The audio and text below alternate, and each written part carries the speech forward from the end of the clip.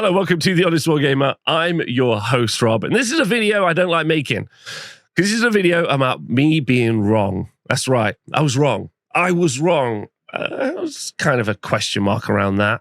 What am I talking about? Well, we have reviewed the Gloomspite Gitz Battletome. That hopefully is a video that you watch, and hopefully one of the reasons that you have clicked this video. There you can go see the chat telling me that I'm wrong all the time. So yeah, you can go watch that video. And in that video, we talked about the fact, because we reviewed those units or the units inside that book without points. That's an important thing to talk about for different units and put in context. Points produce context for units when playing Age of Sigmar, which you obviously know. And if you don't know, I'm hoping this video is going to be a really thoughtful kind of look at the conversation about a couple of different things I talk about a lot when I'm doing stats or when I'm doing army reviews. So some of the things I've talked about a lot are the race to the bottom, which is a conversation that I love having, but it really is a kind of indictment in many ways of Games Workshop's system of the way that they produce units and rules. Then we're also going to talk about damage per turn, so DPTs, and then we're also going to be talking about alpha pinning. All of these are going to be really relevant because of the new Gloomspite Gitz books. That's actually quite a lot of stuff to break down and talk about. And hopefully you find these interesting. And if you do, let me know, because then I can make more videos like this in the future. And if you're like, no, I'm not that interested about it, I'd prefer you to spend 10 minutes just like screaming about points in a less thoughtful way, then I can also make those videos too. Really, you let me know what you want. I'm not going to do the second thing. Anyway, so what am I talking about? Let's start at the beginning, shall we?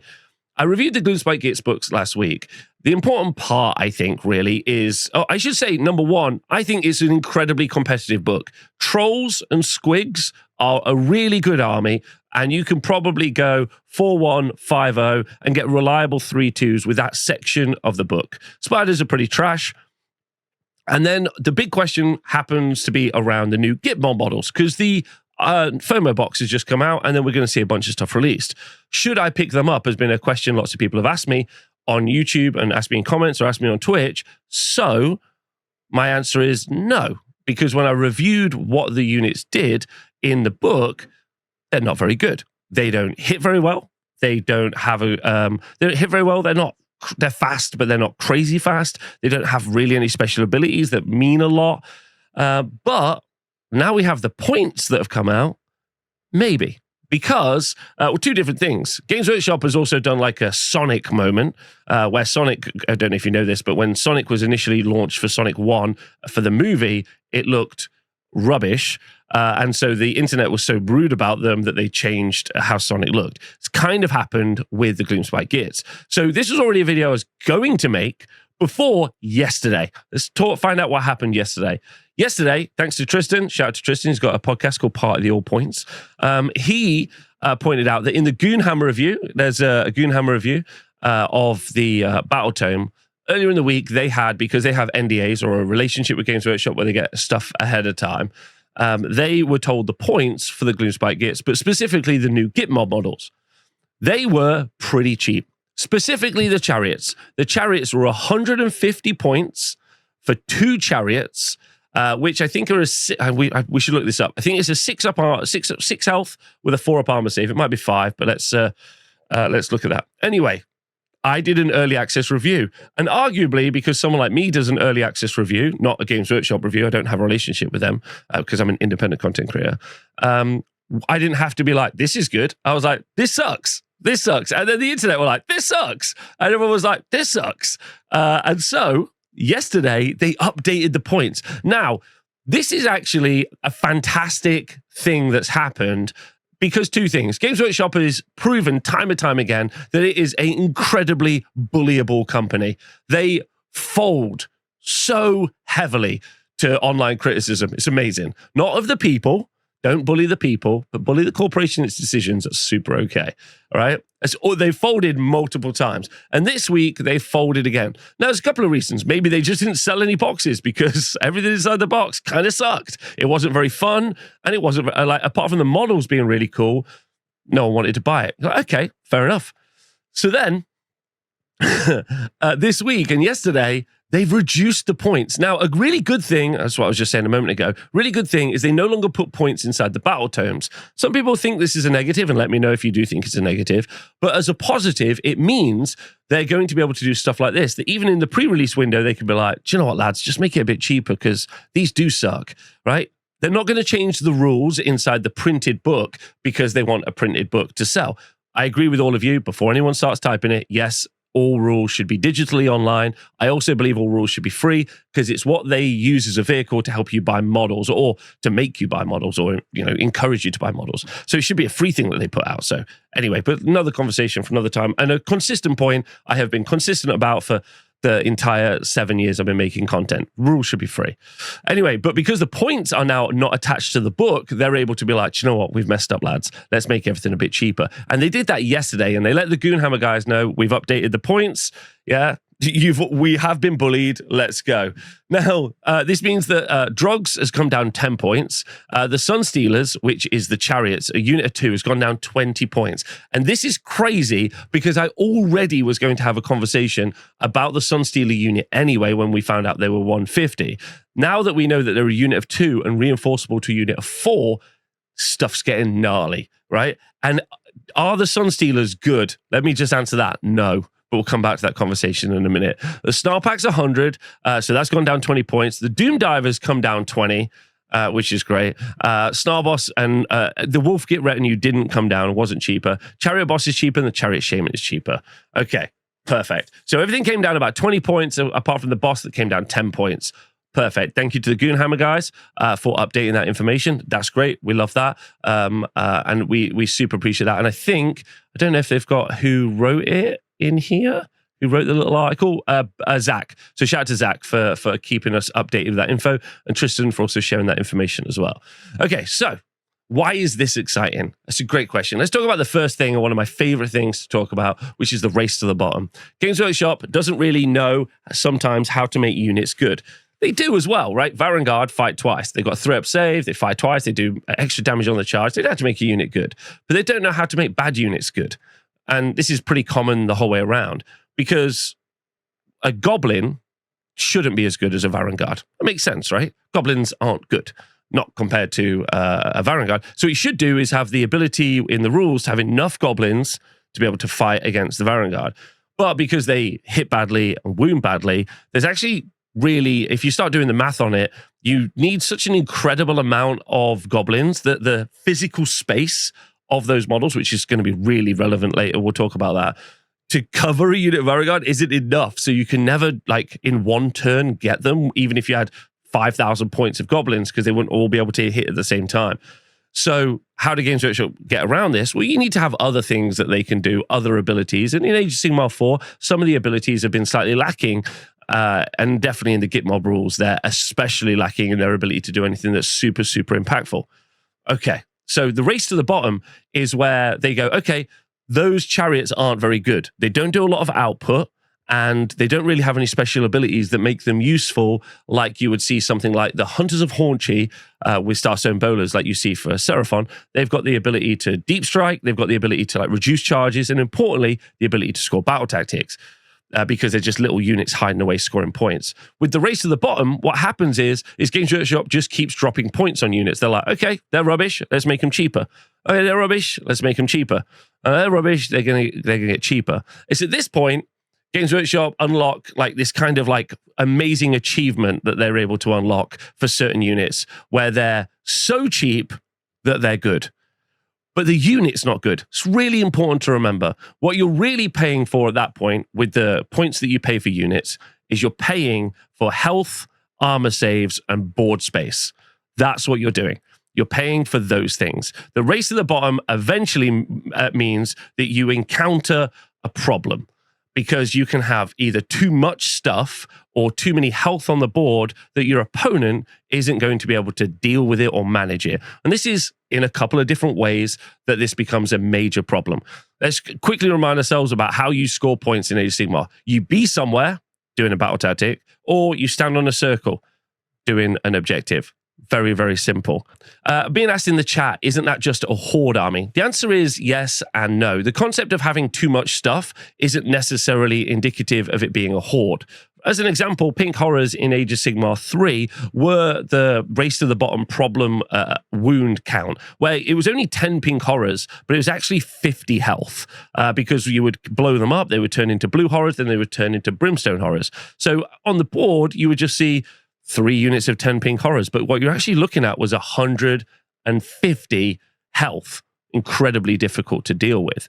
Okay, very, very difficult. In Age of Sigmar 3 at the very beginning, we also had another problem where you had a lot of health, but with a good armor save in Mega Gargants. So what they had was a really good armor save, and they had a piece of equipment that they could take, which gave them a 5-up ward save. This meant that you weren't able to kill them quick enough, and this is where we come to my second point that I wanted to talk about, which is the DPT, or the damage per turn.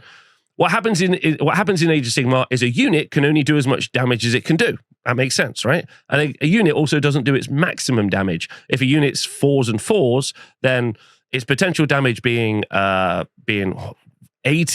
If it hits on 4s, it's now 40, and if it wounds on 4s, it's now 20. Then obviously bring the rend and the armor save and ward saves into the conversation. And realistically, the maximum output of a unit, which is what you'd always like to get, is being reduced further. Now, that's why lots of people online are like, the average damage from this unit against a 4-up save is 10. And you're like, cool, that gives me realistic expectations for what the unit is going to achieve. And some units way exceed that, and some units, like the Gitmob, massively underperform in that role because they don't really do any output at all. Okay, that's a problem because the game is about fighting, really, although it's about standing on circles and doing stuff. So the damage per turn issue becomes very relevant if someone, like with Mega Gargants, can take all of these wounds, stick them on objectives, and your opponent can't kill you fast enough that you are going to, you are not going to be able to score, okay? That's a massive issue that you can have in this game, especially with the race to the bottom, because they won't change the war scrolls, and they change the points. That means eventually you get stuff that's a problem because it's too cheap. Obviously, Games Workshop can fix it by just making them more expensive, but this means sometimes you'll end up with a box of 60 pink horrors that you might necessarily, you might be like, well, it's too many pink horrors, I shouldn't have done that. Or you end up with some other regrettable choice, like Mega Gargants, as an example. So, damage per turn can be a real major issue because you aren't able to kill your opponent fast enough to do the 2 things that you need to do to win a game of Age of Sigmar, which is stand on a circle or do points. This becomes also a problem when you move. Hello, Owen. This also becomes a problem when you are then trying to, when your opponent or you are doing something called an alpha pin. So I think this is something maybe I should try to explain. I don't think this is overly complex. You may have heard the term alpha strike before, but an alpha pin is really simple, and I've kind of explained it in the past. So let's say this is the army that is being alpha pinned at the top. There's going to be an objective here, and then an objective here, and an objective here. Please do compliment my drawing, okay? I would appreciate it. So the way an alpha pin works, which is you've got something that's really fast or can deep strike or whatever it might be, but importantly, they are a lot of wounds and they're tough to deal with. We've seen this multiple times in Age of Sigmar 4 already. We've seen it with Death Riders for OCR Bone Reapers. We have seen it for Venari, the Cavalry for Lumineth Realm Lords is another example. And we might be about to see it for Gloomspite Gitz. So what happens is you take your units and you hit in. Cool. This unit is then not able. So then this army, because you're in combat, the best that they can do is try to retreat onto this objective. But when you retreat, you can only move your normal movement. So you can't add a run. So they might not be able to go stand on a circle, which means on turn one, terrible drawing, I've controlled the middle, I've controlled all 3 objectives, so it's 3 for me, although that's not what it would be 6. And I've also been able to achieve it with battle tactic by having 2 units here, because I've pinned them. Cool, that's my first turn. Their first turn, they can't get on any objectives, and they might not be able to move out to go grab any battle tactics, which means then they're going to score 0. So let's move into turn 2, and depending on how well the pin is going, I could replicate the process, maybe charge into them again, or maybe I've just pinned them back well enough that they can't score again. I score high, they score low. This is the pivotal turn right now, turn 3, because there's only 5 turns. If you're scoring high and they're scoring low, either it needs to switch around so that what happens is the opponent that was pinned is able to come out of it and then start scoring over the last 2 turns. But if they aren't, then it's game over, because the first 3 turns, you've generated enough points that they can't score enough points in the last 2 turns. That is how an alpha pin works. And I'm sorry if I've already explained that before. Okay, perfect. And that's how alpha pins work. There's many examples of it. You might know how to... The other version of this, obviously the more famous one, is the alpha strike, where you just go in and you kill enough stuff that they can't go onto stuff. Cool. So why was I wrong about Gloomspite Gitz? Well, they have taken the chariots. So what we're going to do is we are going to take a look at the Sunsteala Wheelas, right? Who are now 130 points for a unit of 2. Unit of 2. Reinforceable up to unit of 4. So what does that get us? Well, for 130 points, we get 6 health, or because it's a unit of 2, it's going to be 12 health on a 4-up save that's able to be moved 12 inches. Their combat profile is woeful, okay? And they've also got massive bases. We're going to go draw this out in a minute so we can talk about it. They're a chariot base, so they're big, right? So the output is terrible. And in my example I talked about earlier, where I surround a unit of Varangard or Chosen with a ton of these, am I going to do enough damage to kill them? Absolutely not. You literally can't. Even the maximum potential damage, and especially with 0 rend, the maximum potential damage is so low that you don't do anything, right? Something Games Workshop need to do, because they need to rewrite War Scrolls to make them more effective. The race to the bottom, making stuff cheaper, creates the problem I'm about to describe to you. So what we've got is we've got 12 health on a 4-up save, and it's only cost us 130 points. We can do this again, and we can have 2 units, and it's only going to cost us 260 points, which is crazy cheap. Now, they move 12 inches, and if we really want to, we could always take our Snarl boss on War Wheeler. Now, he is another 180 points, but he can make us move 6 inches once per battle for every unit of Sunsteala Wheelers. So that's 18 inches. How does... that's 18 inches on the Sunsteala Wheelers. Let's talk about this, because it's worth talking about. Normally, most games of Age of Sigmar, you end up 24 inches apart, so 24 inches apart, okay? So 18 inches means that you've got a 6-up. Is it 24 inches? Is it 18 inches in most games now? I think it might even be 18. I might be talking absolute shit. It's either 18 or 24. But either way, and simply, you're going to go 18 inches forward, right? Nice, okay? Which means you're either going to have a 3-inch charge, because you can't get within 3 inches of your opponent, or you're going to have a 6-inch charge, which is very manageable. Okay, very fun. Okay, so why is this a problem? Well, a chariot base. I'm going to try and draw this terribly, but here we go. This is a normal unit of dudes. Okay, this is a chariot base, roughly. Okay, so unit of 2 chariot bases takes up a considerable amount of space, right? Especially if what you're trying to do is pin. Okay, so what you're going to be able to do in another example over here, slightly smaller, is take these 2 chariot bases up and then pin more of the enemy army and lock them into combat. And this has only cost you 130 points.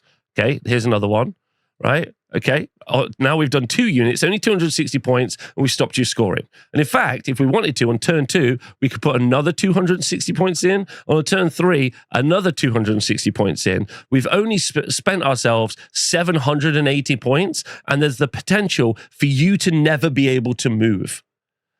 Okay, now you ask yourself, Rob, I've got a unit of Varangard. I'm going to absolutely ruin this unit and kill it, right? And chop them to pieces. That's great. Very few units can pass DPT, very few armies can pass DPT checks. So damage per turn checks, which is where you get more insular and railroaded metas. Because if you make the situation where you can only kill X number of wounds in order to win the game, you choose the units that do all of the damage. That's why you get the big hammer meta that you see now, where everything's just hammering at each other. Okay. So that's simple. I should also just go back to talk about the fact that the chariot bases, I don't know if I've mentioned this, are massive. That's a really, really important thing to talk about. Because they're massive, they do a ton of different things. Number one, they have a 3-inch, because you can't get within 3 inches, 3-inch aura around them. So they can just generally stop you moving around, which is a nightmare. Also, if I just block up a piece of the board, with a unit of chariots, and you need to get past the unit of chariots or hit the unit of chariots, you're wasting your life killing 130 points, which is garbage. No one loves that. That sucks ass, okay? So that's really bad. Now, the next thing is to say, you can buy a lot of chariots. You can get a lot of chariots. Do I think that this is going to be a 5-0 army or a 4-1 army? Maybe, maybe not. I'll have to put it on the tabletop and try it out, right? You'll have to get enough stuff on the board. And when you do have a bunch of stuff pinning that's really cheap, this doesn't include the Doom Divers that you now might have the back throwing stuff over. You might have the Trolls in the middle or Squigs in the middle ready to countercharge in, whatever you want to do, right? You've got a lot of options potentially in what you can add to these very cheap units. But as a playstyle, it's aggressively negative. It's so boring for you and your opponent. It's effectively, you can't play. Here's a chariot you can't play. Here's a chariot you can't play. And it is, and you know, same with the Death Riders. Here's 30 Death Riders. I've done a ton of damage. You now can't play. You've got to chew through the 60 wounds, 60 health, sorry, on 4-ups, 3-ups actually, with sometime ward saves, just to be able to move out of your territory. So dull. It's so dull. But in the chariot situation, I think there's a couple of things which maybe are going to help us out. Number one, Games Workshop can always make them more expensive, so be cautious before buying them. Number two, this is another really important thing. What can happen is people can just have units that can just wipe out enough of that stuff that it's not good enough. So that's something to be conscious of as well. But Games Workshop reducing the points and making those... also, the other factor that's really important is those chariots are beautiful models. They're stunning. They're amazing. But are you going to buy... Like, I mean, what are we talking? We could buy 1,000 points chariots, like 8 chariots, some crazy amount of chariots. Are you going to buy 8 chariots? That's a lot of money. Are you going to build and paint and put together chariots just to be able to just push them in front of your opponent and make them they can't move? Maybe. It's pretty dull. You would probably see something like, obviously I cover a lot of international tournaments and I talk about a lot of like high-end competitive gaming. At your local club, I think it's very unlikely that this is something you're going to see. At your local club, you might just genuinely say, I'm going to get 4 chariots then, Rob. I'm going to sometimes pin in a bit of the enemy army. And that's a good little strategy. And it is a good little strategy. I think for me, the bit that I sometimes don't like about the rules writing and the points adjustments that happen in Age of Sigmar on a personal level is that the race to the bottom, which they've done many times in the past, just means that what you end up with is something that could be anything. It doesn't identify it as a goblin chariot. It doesn't identify it as a Sunsteala. It's just a base with a certain amount of health that blocks up a portion of the board, which I find to be like non-conducive for what I would personally like out of a game where the unit does something because it's that unit. I've chosen it because it's a chariot. It does stuff, not because it's literally a base that blocks things. So anyway, I think I've covered all the points. Obviously, in the comments, leave any comments that you would love to leave, and I'll try and answer all of them. Any thoughts or questions. And I hope it's been pretty helpful in kind of just explaining stuff and admitting that I'm obviously very wrong about the Gitmob being bad. I didn't know that you could make them 25 points. But lots of units become really good when you make them 25 points. Again, the 25 points, I just said FYI was sarcasm. Some people miss that sometimes. So that's an important thing to remember, that there is always the opportunity your stuff just becomes so cheap that it's good because it's annoying. But I'm a little bit disappointed that that's where we've got to with Gitmob. I think they've got an incredible lore, amazing miniatures, and they've got loads of opportunity to make something really thematic. And I'm hoping that's what we see in the future, which would be cool. Anyway, thanks for listening to my video. I hope you enjoyed it, and I'll see you guys soon.